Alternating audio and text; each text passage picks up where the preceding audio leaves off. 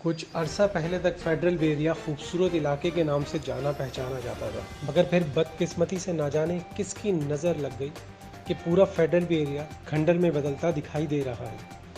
जगह जगह से टूटी फूटी सड़कें और उबलते गटर इलाकों को मज़ीद बदनुमा बना रहे हैं।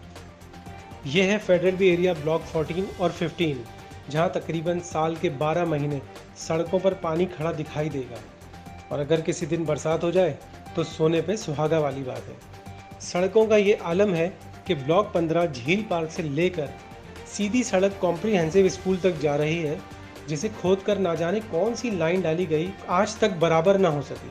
पूरी सड़क टूट फूट का शिकार है और ना जाने कितने लोग बरसात के दिनों में वहां हादसे का शिकार हो चुके हैं, मगर मजाल है कि मुताल्लिका इदारे के कान पर जूं तक रेंगी हो। इसी तरह जावेद नहारी से मुत्तसिल सड़क भी अरसा दराज से ना सिर्फ टूटी हुई है, बल्कि वहाँ तो गटर मुस्तकिल ऐसे बहता है कि लगता है कोई झरना है जो बह रहा है, मगर किस वजह से बह रहा है वो नहीं पता। बल्दियाती महकमा तो कब से ख्वाब गफलत में मशगूल है। उस पर सितम यह कि इलाकाई नाजिम हारून रशीद भी ख्वाब खरगोश के मज़े से ले रहे हैं। बारहा शिकायत के बावजूद हारून रशीद साहब का कोई अता पता नहीं, हत्ता कि किसी नुमाइंदे ने आकर झांका तक नहीं। हर महीने यूसी को इन कामों की मद में मिलने वाला वो फंड जो आवाम की फलाह व बहबूद पर खर्च होना था, लगता है कि यूसी वालों के घरों पर खर्च हो रहा है।